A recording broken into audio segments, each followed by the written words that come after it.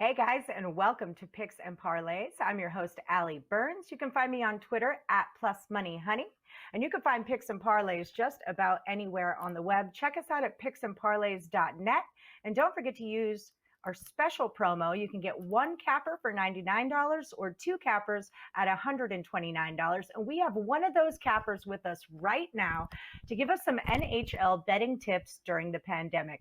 I've got the Bulldog, Scott Rickenbach. Scott, how are you doing? It's really hot out here in Vegas, but looking forward to even some hotter betting action. Finally, North American sports coming back, and I couldn't be happier. Yes, absolutely. Well, we can cool off that Vegas summer with some ice, some hockey ice. Yes. There's quite a few questions people ask me when it comes to betting on hockey in the pandemic specifically.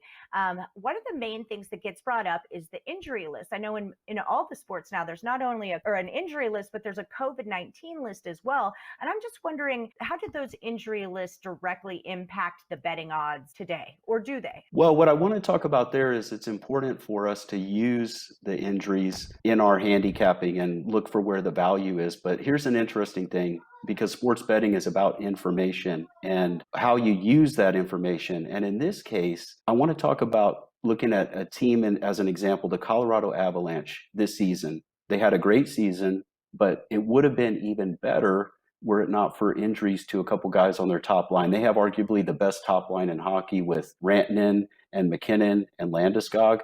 But McKinnon was there for the whole season, but Landeskog and Rantanen each missed time. In fact, Rantanen nearly missed half the season. If they would have had those guys for their top line for the entire season, they would have probably finished the top of the standings. So I feel that we've got value with a team like that. And that's not something that most people are going to look at. But the reality is now here you have a team that really benefited from this break from the pandemic. Now they come in 100% healthy, but people are still looking at their full season record and not realizing that the full strength of this Colorado team, they have a great chance to hoist the Stanley Cup this year. Well, that is a great tip. You hear that, people? That's why we have the Bulldog on the show, all right? Don't think about what their stats were at the end of the beginning of the pandemic.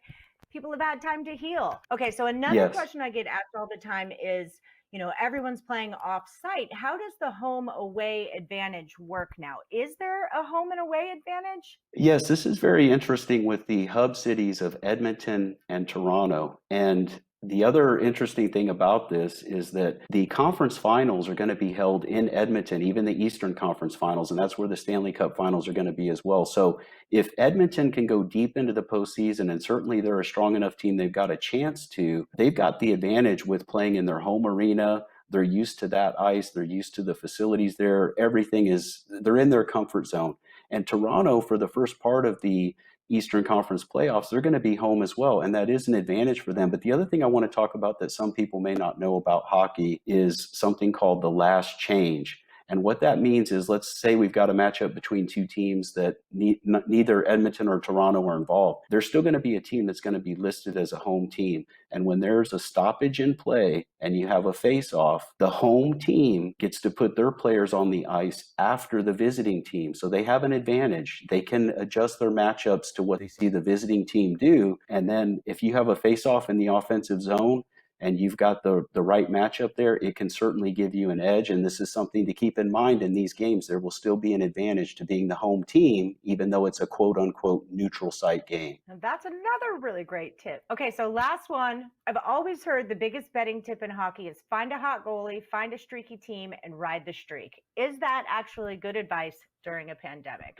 I think it's going to be especially important in this postseason. The teams that come out of the gate quick, because that maybe they've got a strong system in place and they've been able to adjust well within that system. The guys are in the right place on the ice at the right time. You can see this with teams, how crisp they are in their passing, things like that. Those are going to be the teams to ride, but also there's nothing better than a hot goalie in the playoffs. If that guy is in the zone and seems unflappable, you can't get anything past him. You find a guy like that, you ride that team, you can make a lot of money doing that for sure in the postseason. All right. Thank you, Scott. That was all very informative. Guys, don't forget to check out Scott's free and expert picks and premium picks at picksandparlays.net.